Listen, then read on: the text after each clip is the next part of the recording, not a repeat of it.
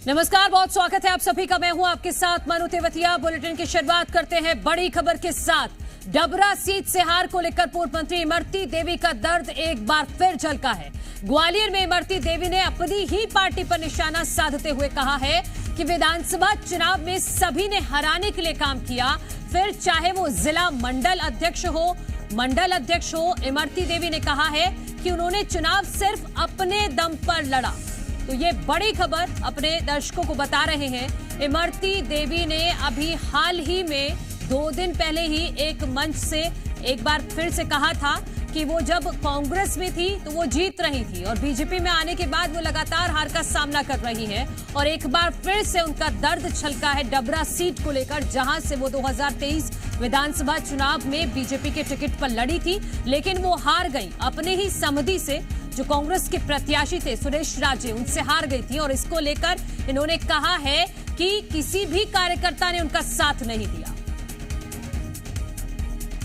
नहीं, आपको पता है कि किसी भी कार्यकर्ता ने एक भारतीय जनता पार्टी के मंडल चाहे जिला अध्यक्ष या महामंत्री किसी ने काम करा हो तो आप बता दो, किसी ने काम नहीं किया। मैंने तो अपना चुनाव अपनी दम पे लड़ा। किसके इशारे पर हुआ ये? इतनी ताकत तो नहीं है किसी में। काऊ के इशारे पे भाव है, चुनाव ही तो हारे परी थोड़ी है। मैं महाराज से मजबूत हुआ कोई नहीं आएगा।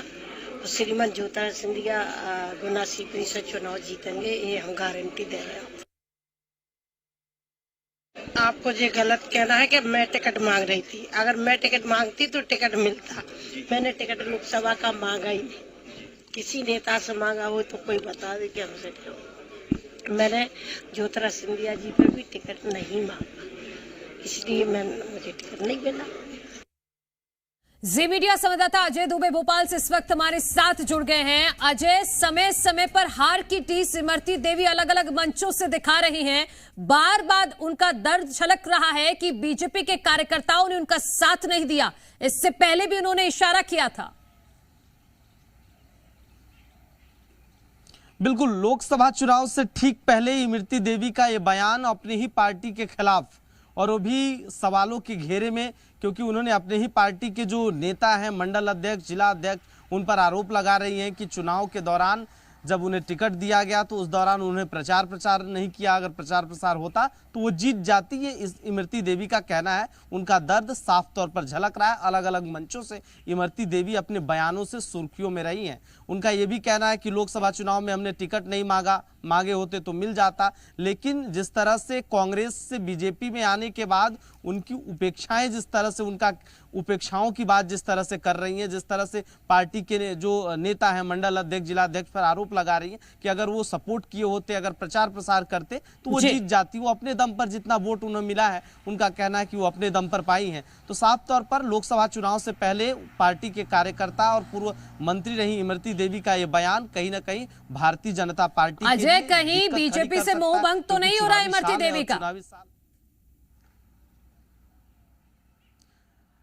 बिल्कुल, देखिए, क्योंकि चुनावी सीजन में ज्यादातर नेता दल बदल की राजनीति में शामिल होते हैं, दल बदलते हैं। कांग्रेस के नेता बीजेपी में जा रहे हैं तो हो सकता है, लेकिन अब उनके मन में क्या चल रहा है ये तो आने वाला वक्त बताएगा। लेकिन जिस तरह से वो बार बार भारतीय जनता पार्टी को लेकर सवाल खड़ा कर रही हैं, अपने पार्टी को लेकर सवाल खड़ा कर रही हैं, नेताओं को लेकर सवाल खड़ा कर रही हैं, तो इसे लेकर मध्य प्रदेश की सियासत में सरगर्मी और हलचल जरूर है कि आखिर इमरती देवी कहना क्या चाहती हैं। लेकिन जिस तरह से वो चुनाव का, इस बार लोकसभा चुनाव में हो सकता है उनको टिकट नहीं मिला, इसका भी दर्द हो सकता है, लेकिन वो कह रही हैं कि हमने मांगा नहीं तो मिलता।